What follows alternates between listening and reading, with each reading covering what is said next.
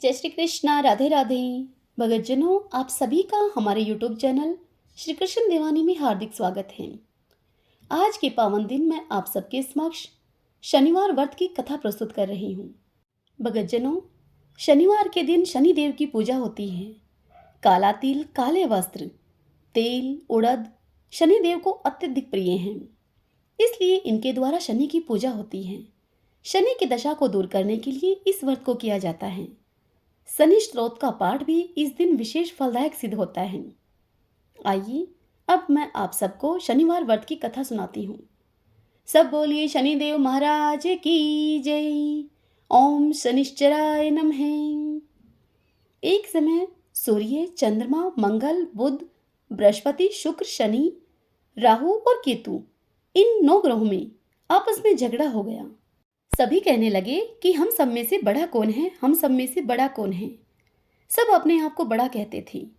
जब आपस में कोई निर्णय न हो सका तो सब के सब आपस में झगड़ते हुए देवराज इंद्र के पास जा पहुंचे और वहां जाकर इंद्र से कहने लगे कि आप देवताओं के राजा हैं, इसलिए आप हमारा न्याय करके हमें बतलाइए कि हम 9 ग्रहों में से सबसे बड़ा कौन है।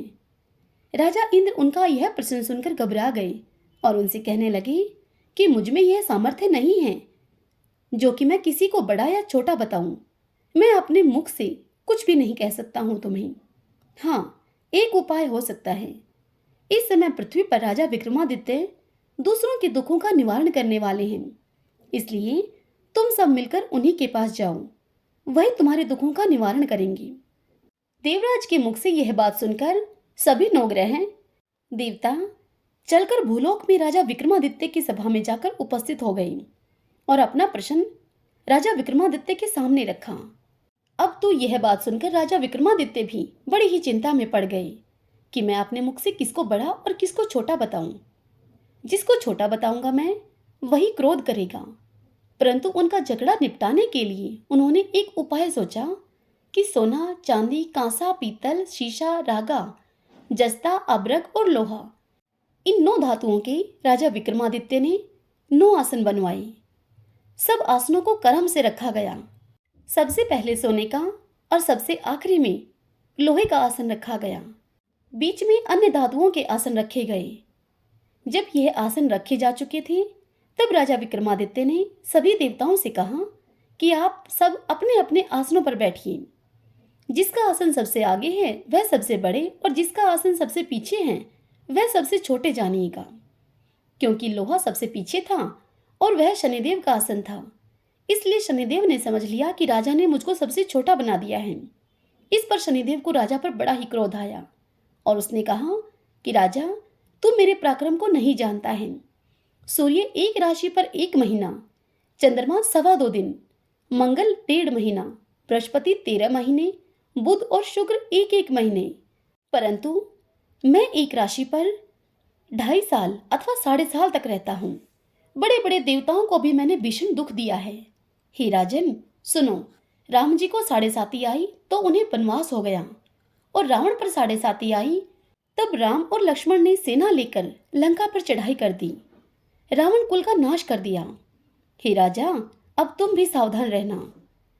शनिदेव की यह बात सुनकर राजा विक्रमादित्य उनसे बोले, जो कुछ भाग्य में लिखा होगा वह देखा जाएगा। उसके बाद अन्य ग्रह तो प्रसन्नता पूर्वक अपने अपने लोक को चले गए, परंतु शनिदेव बड़े क्रोध के साथ वहां से गए। कुछ काल व्यतीत होने पर जब राजा को 7.5 की दशा लगी तो शनिदेव घोड़ों के सौदागर बनकर अनेक सुंदर घोड़ों के सहित राजा की राजधानी में आए। जब राजा विक्रमादित्य को इस बात की खबर मिली तो राजा ने अपने अश्वपाल से कहा कि अच्छी नस्ल के घोड़े खरीद लो। अब अश्वपाल राजा की इस आज्ञा को सुनकर घोड़ों के उस सौदागर के पास आया। अश्वपाल ने अच्छी नस्ल के घोड़े देखकर जब उस सौदागर से उनका मूल्य पूछा तो मूल्य को सुनकर सौदागर के मुख से वह अश्वपाल चकित रह गया और यह समाचार उसने तुरंत ही राजा को दिया। राजा उन घोड़ों को देखकर एक अच्छा सा घोड़ा चुनकर उस पर सवारी के लिए चढ़ गए। अब राजा जैसे ही उस घोड़े की पीठ पर सवारी के लिए चढ़े, वह घोड़ा जोर से भागने लगा और भागते भागते राजा को लेकर वह घोड़ा एक घनघोर जंगल में जाकर राजा को वहां छोड़कर अंतर्ध्यान हो गया। इसके बाद राजा अकेला ही उस जंगल में भटकता फिरता रहा। उस जंगल में भटकते हुए राजा को बहुत देर के बाद भूख और प्यास से दुखी होकर भटकते भटकते एक ग्वाले ने उनको देखा। उस ग्वाले ने राजा को प्यास से व्याकुल देखकर उनको पानी पिलाया। राजा की उंगली में एक अंगूठी थी। राजा ने वह अंगूठी निकालकर प्रसन्नता से उस ग्वाले को दे दी और शहर की ओर चल दिए।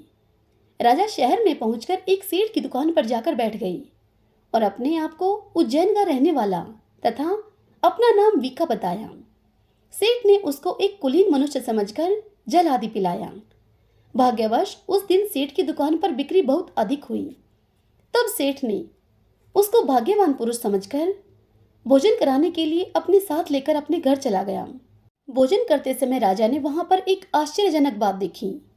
राजा ने देखा कि खूंटी पर हार लटक रहा है और वह खूंटी कुछ समय के पश्चात उस हार को निगल रही है।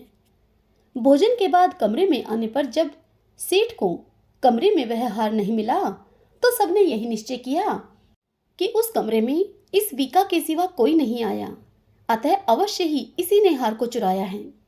जब सेठ ने वीका से पूछा हार के लिए, तब वीका ने कहा कि हार मैंने नहीं लिया है। इस बात पर 5-7 आदमी इकट्ठे होकर उसको फौजदार के पास ले गए।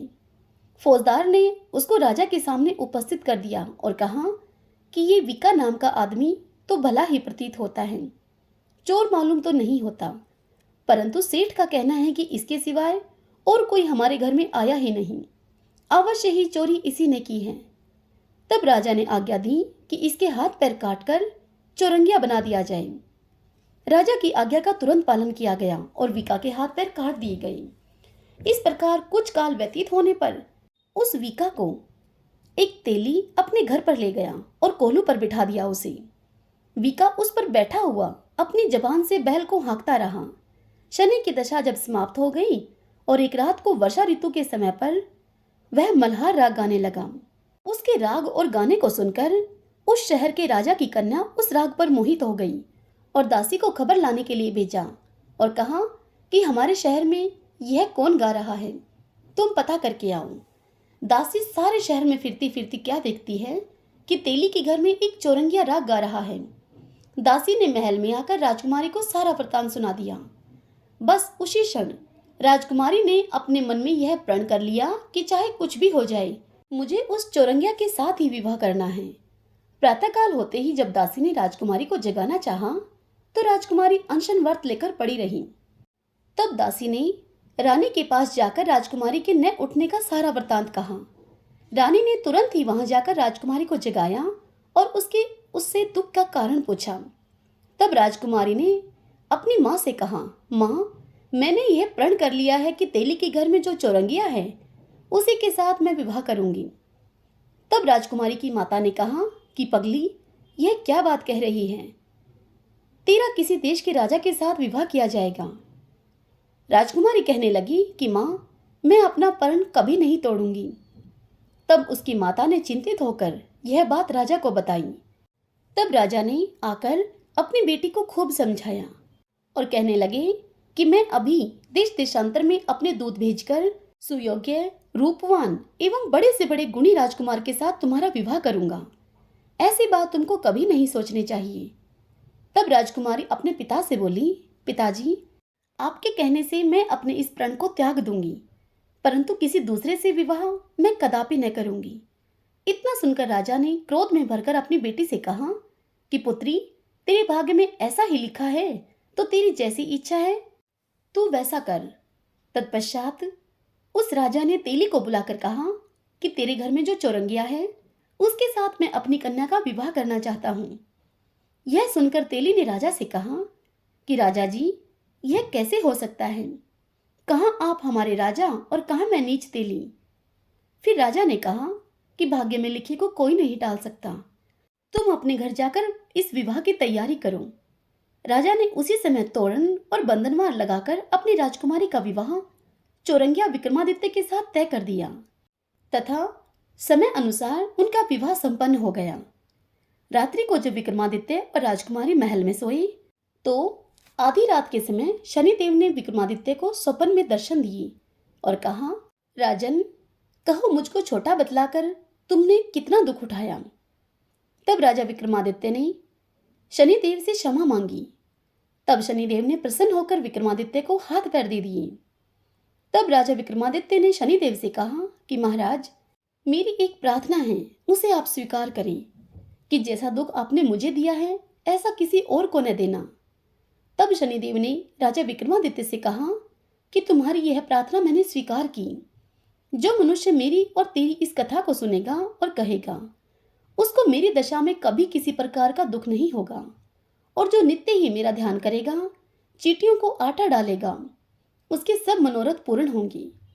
इतना कहकर शनिदेव अपने धाम को चले गए। राजकुमारी की आंखें खुली और उसने राजा के हाथ पांव देखे तो उसे बड़ा ही आश्चर्य हुआ। तत्पश्चात राजा विक्रमादित्य ने अपनी रानी को अर्थात उस राजकुमारी को अपना समस्त हाल कहा और बताया कि मैं उज्जैन का राजा विक्रमादित्य हूँ। यह बात सुनकर राजकुमारी अत्यधिक प्रसन्न हुई। और फिर जब सवेरा हुआ तब राजकुमारी से उसकी सखियों ने पूछा तो उसने अपने पति का सारा वृत्तांत अपनी सखियों से कह सुनाया। तब सबने प्रसन्नता प्रकट की और कहा कि ईश्वर ने आपकी मनोकामना पूर्ण कर दी।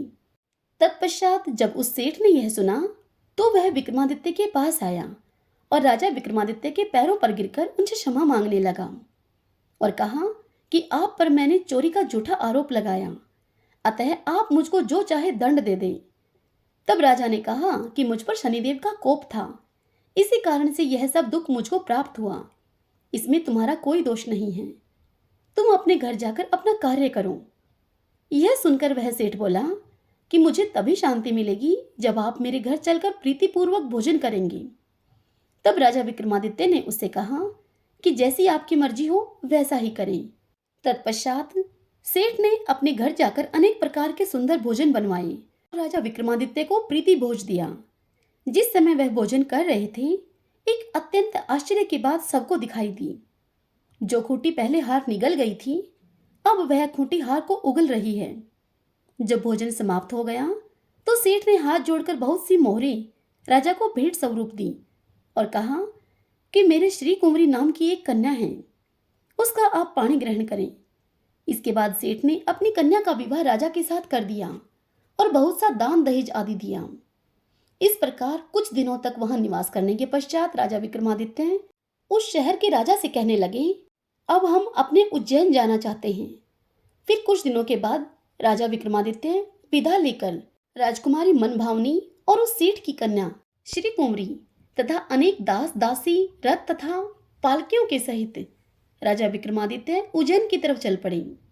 जब शहर के निकट पहुंचे और पूर्ववासियों ने राजा के आने का संवाद सुना तो समस्त उज्जैन की प्रजा अगवानी के लिए वहां आई। तब बड़ी प्रसन्नता से राजा अपने महल में पधारे।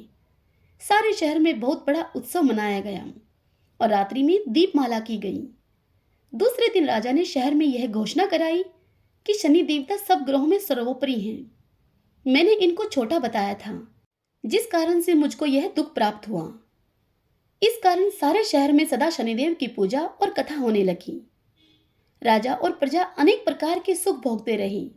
जो कोई शनिदेव की इस कथा को पढ़ता अथवा सुनता है, उस मनुष्य के शनिदेव की कृपा से सब दुख दूर हो जाते हैं। शनिवार की कथा को व्रत के दिन अवश्य पढ़ना चाहिए। सभी बोलिए शनिदेव महाराज की जय।